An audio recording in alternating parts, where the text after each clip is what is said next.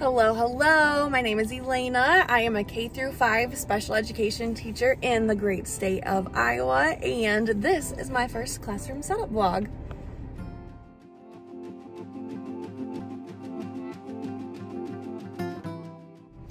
I am obviously in my car, not in my classroom right now, and I'm actually not even headed to my classroom right at this very moment. I am actually headed to a training. I've been a part of a 3-day training this week to become a trainer for CPI for our school district. I'm doing a 3-day training for that, and we have to take our test for it in the afternoon, and for whatever reason, the company is not paying for my trainer right now to have internet at the hotel where we are doing this. So when we take this test, we're all gonna have to go somewhere else to get internet. So my plan is that when I need to go take that test, I'm just gonna go to my school and take it at my school and start the process of classroom setup. This is actually my 9th year teaching, so it's not a brand new classroom setup.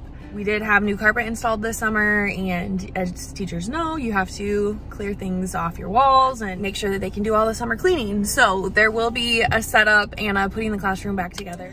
One thing that I haven't mentioned yet either is that I am a behavior special education teacher, and what that means is that I have a more specialized program for students who have more intense behaviors. So there are actually only 9 students on my roster for this upcoming school year, and they all have some very intense needs. I do their academic and behavior minutes, but yeah, they have a lot of other behavior needs that take up time through the day that aren't necessarily a part of their IEP or BIP, because you can't plan for when those escalations happen very well. I need to get headed downtown so that I can get some coffee before I have to walk into this training. That's what I'm gonna do, and I'll catch up with you later.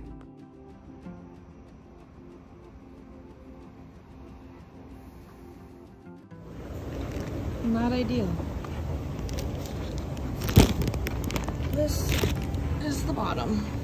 That's the top. There's a hole in both.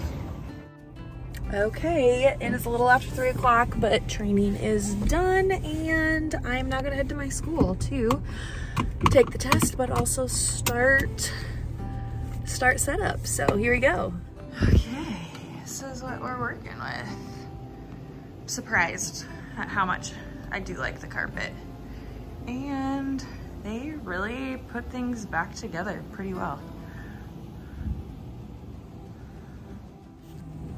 Okay, so I am obviously back in my classroom now, but I am not entirely sure how much I'm actually gonna do today walking around. Like, they really did put things back pretty well. There's some bulletin boards I've contemplated changing or adding, and then I had to like clear out all of my shelving back here. This is not where this goes.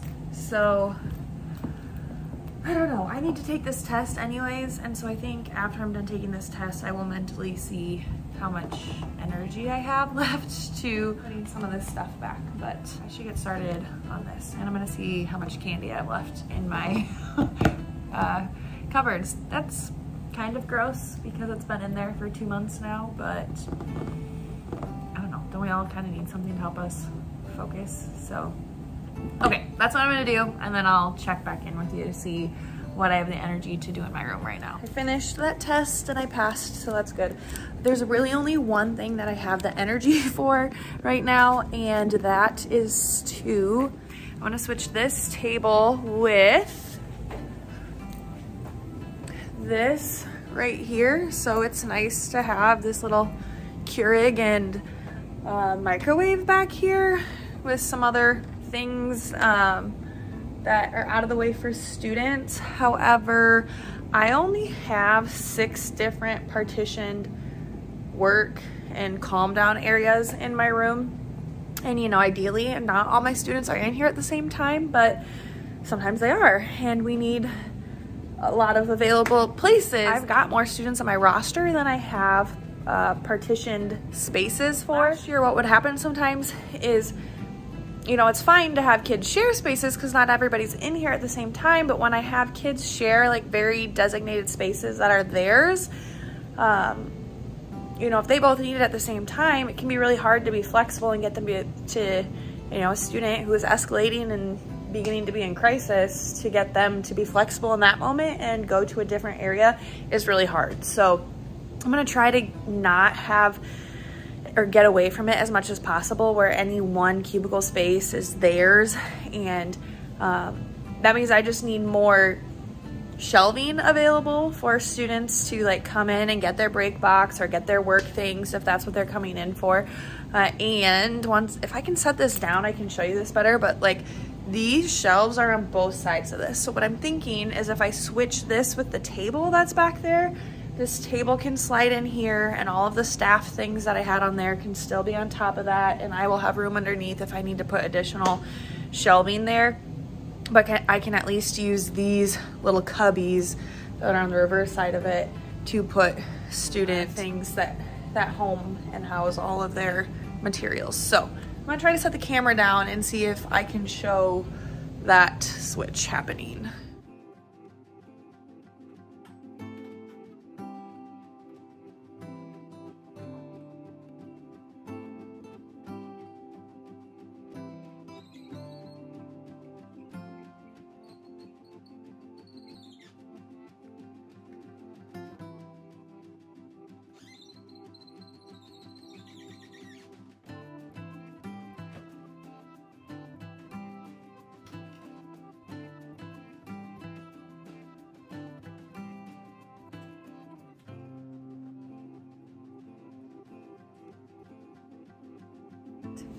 That switch made a lot of difference for us. So, okay, it's 4:30, so I should go home, and I am teaching a half day of summer school tomorrow, and then I'll have the afternoon in here again to hopefully put back together some of the stuff back here and reorganize some of the stuff that got messed up from summer cleaning. So, all right, stay tuned for day 2.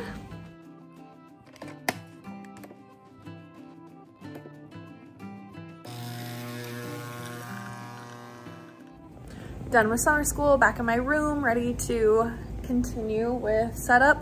What I'm thinking I need to attack first is this area.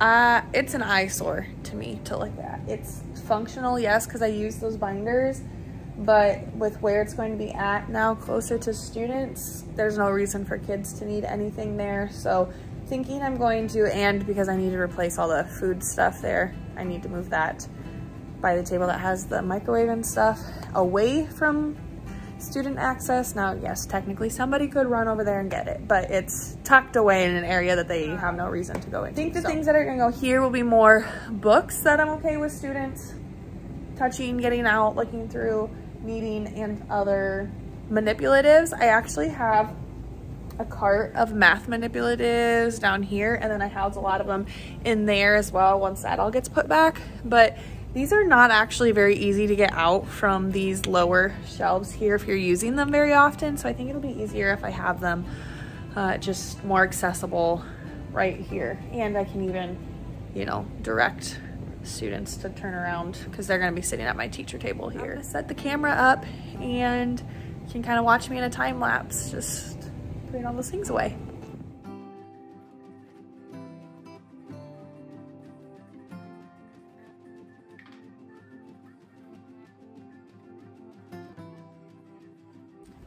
Okay, I'm pulling a lot of things out of here, and I'm like feeling better, I guess, about this being more cleared off here. But yeah, I'm pulling things out of there, and I'm creating a huge mess over here, trying to reorganize that. I need to kind of reorganize and rethink that first before I figure out what's gonna go or fit over here, because some of the things that I was mentally planning on putting here don't really fit there well, and I don't like the way it looks. So we're gonna try this again.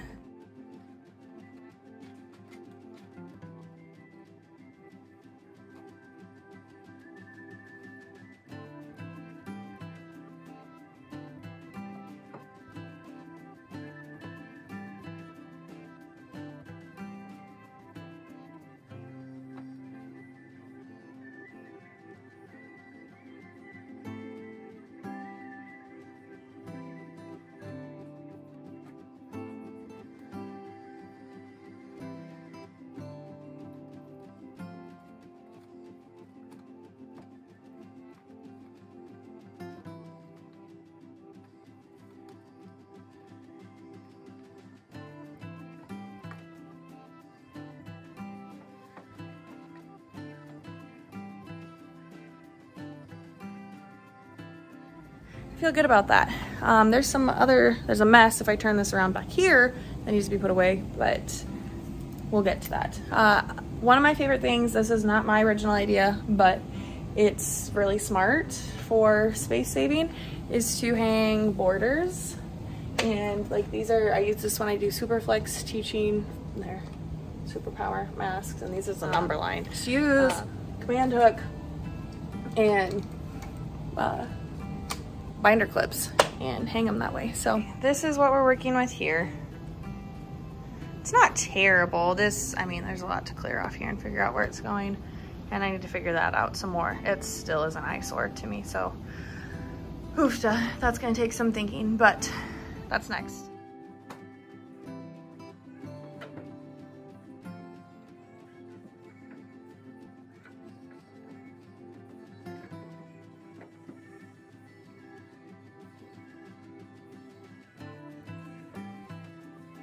It's not completely finished, but it's less of an eyesore than it was. I'm trying to make sure that everything that's on it doesn't stick out farther than the shelf is, because that's a huge thing for me. And most of the things there are, I've got student binder and books. I got a lot of read aloud books, a lot of social skills books, and some math manipulatives. And these are social skills games, and that's my social skills.